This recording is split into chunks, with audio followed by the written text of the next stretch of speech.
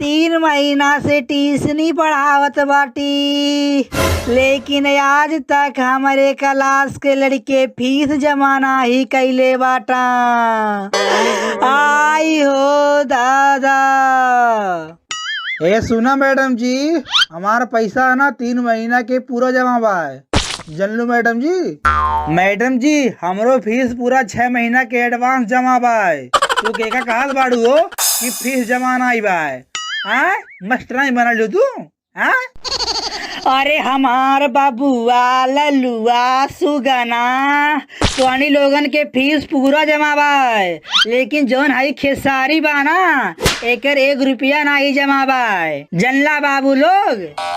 अरे मैडम जी तुम्हारे यहाँ 3 महीना से हम ट्यूशनी पढ़त बाटी, लेकिन तोहरे पढ़ावे अइबे नहीं करेला, यही नाते ना हम फीस जमा नहीं कइले बाटी।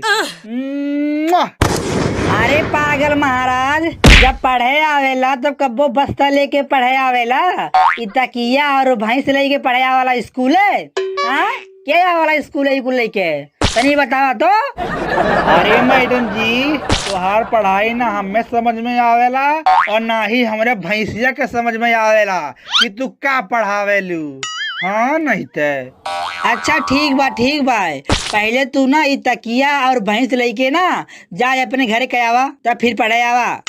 देखा मैडम जी, अगर हमारे सवाल के जवाब ना तू दे देबू तो हम ना भैंस और तकिया अपने घरे छोड़ी आईब।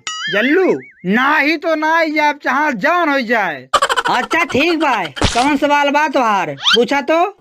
मैडम जी आप बताइए, ऊपर से गिरा का लिया, मैंने उठा के खा लिया, का हो मैडम जी? बताओ ना, बताओ मैडम जी।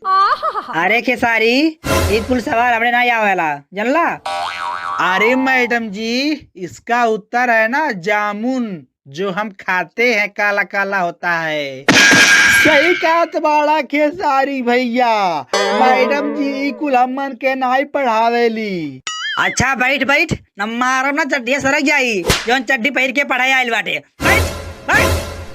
अच्छा मैडम जी आप बताइए, एक लड़की लड़के के किस चीज पर बैठती है? बताइए। देखा खेसारी, अब तू हद से ज्यादा बोलत बाटा।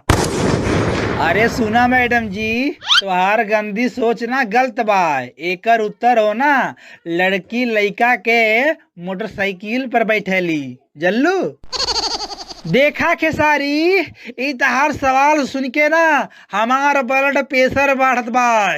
ठीक ना रहिए पूछवा कुछ तो। अरे मैडम जी आखिरी सवाल का जवाब ना आप दे देंगी, काहे कि बहुत आसान सवाल बा। ऐसा क्या है जो आधा जाने पर दर्द होता है, अच्छा, और पूरा जाने पर मजा आता है? बताओ मैडम जी, बताओ ना। ओए होए। आई हो दादा, अब हमार पूरा दिमाग गरम हो गईल बा। अब तो का पीटे हम रहब नहीं, फिर और फिर और। अगर यह वीडियो हमारा पसंद आया तो प्लीज़ इसको लाइक करें, शेयर करें और मेरे चैनल को सब्सक्राइब करें दोस्तों। और इस वीडियो को दोस्तों अपने दोस्तों के साथ ज़रूर शेयर करें दोस्तों, ताकि हम इस तरह का वीडियो और बनाएं दोस्तों। धन्यवाद।